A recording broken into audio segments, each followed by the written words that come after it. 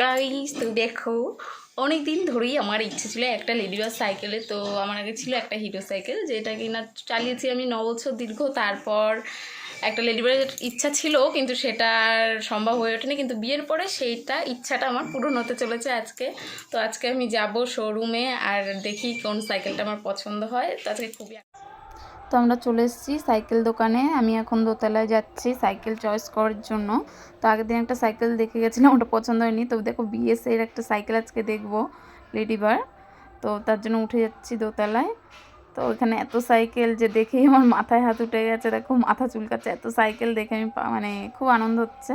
তো তার মধ্যে আমি একটা বিএসের যে নতুন নিউ মডেল লেডিবারটা বেরিয়েছে বাই কালার, তো ওটা চয়েস করলাম। তো ওনারা বললো ওটাকে নামাবে এখন। তো আমরাও নিচে নেমে যাচ্ছি, সাইকেলটাকে নিচে নামানো হলো। এই যে দেখো এখানে আমার সাইকেলটাকে রেডি করা হচ্ছে, পুরো সেট আপ করা হচ্ছে। ঝুড়ি টুড়ি এখনও লাগানো হয়নি, ঝুড়িগুলো লাগানো হবে।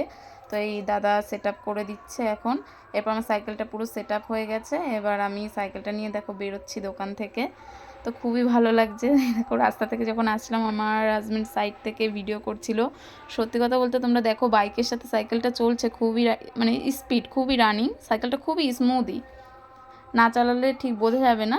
তবে সাইকেলটা খুবই সুন্দর, যেমন দেখতেও খুব সুন্দর, প্লাস কালারটাও খুব সুন্দর।